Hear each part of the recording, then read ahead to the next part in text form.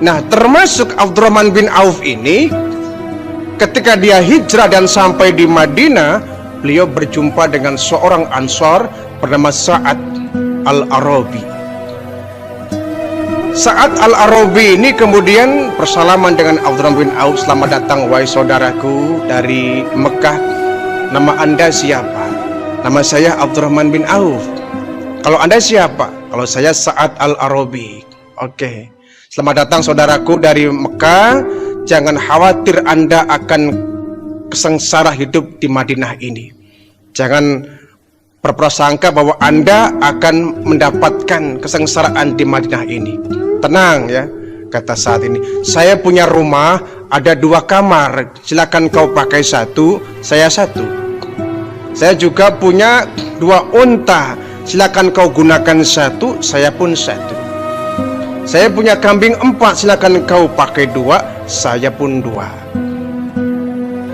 Kata Abdurrahman bin Auf, terima kasih saudaraku dari Madinah, Tuan Sa'ad Al-Arabi. Terima kasih atas tawarannya. Saya sangat senang dengan tawaran itu. Anda ternyata orang yang sangat baik kepada saya. Tetapi saya akan sangat senang kalau umpama Anda menunjukkan kepada saya di manakah letak pasar. Pasar? Iya. Kalau saya sudah tahu di mana pasar, saya akan berjualan di sana. Saya dapat untung, bisa saya pergunakan dalam kehidupan saya, dan saya nggak mau numpang di hidup Anda. Saya nggak mau merepotkan Anda. Saya nggak mau jadi benalu dalam kehidupan Anda. Ditunjukkanlah pasar oleh Sa'ad Al-Arabi ini. Nah, kemudian esokan harinya nih, Abdurrahman bin Auf mulai berjualan kecil-kecilan ya. Awalnya beliau berjualan kayu bakar. Jadi beliau mencari kayu-kayu bakar, diikat, kemudian dipanggul oleh beliau, dibawa ke pasar untuk dijual ya. Tiap hari begitu tuh, mencari kayu bakar, diikat, dipanggul ke pasar, kemudian dijual dan dijual. Nah, lama kelamaan dari hasil penjualan ini dikumpulkanlah oleh Abdurrahman bin Auf, dikumpulkan, ditabung dan ditabung. Lama kelamaan tabungan semakin banyak dan semakin banyak. Akhirnya dia mampu untuk membeli sebidang tanah.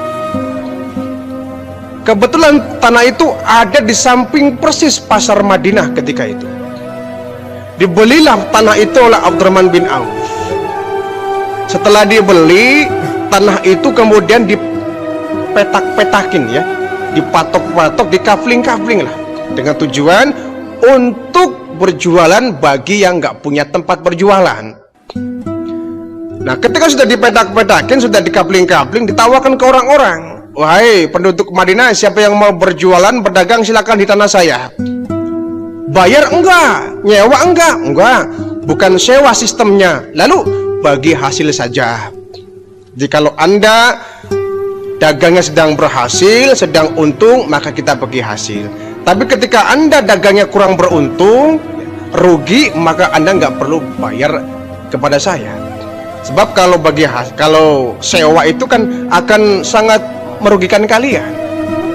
Iya, kalau kalian untung bisa bayar sewa. Kalau sedang rugi, kalian akan terpaksa pinjam sana kemari. Tapi ini tidak.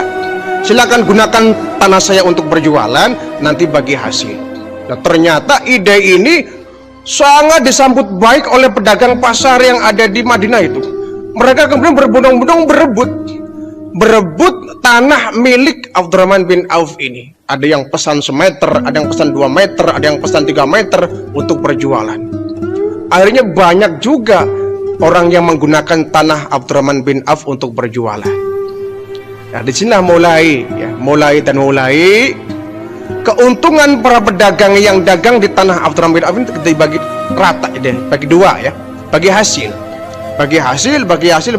dan untungnya semua pedagang yang dagang di tanah itu hampir semuanya laris, semuanya maju, semuanya berhasil. Akhirnya disinilah kemudian Abdurrahman memulai bisnis barunya.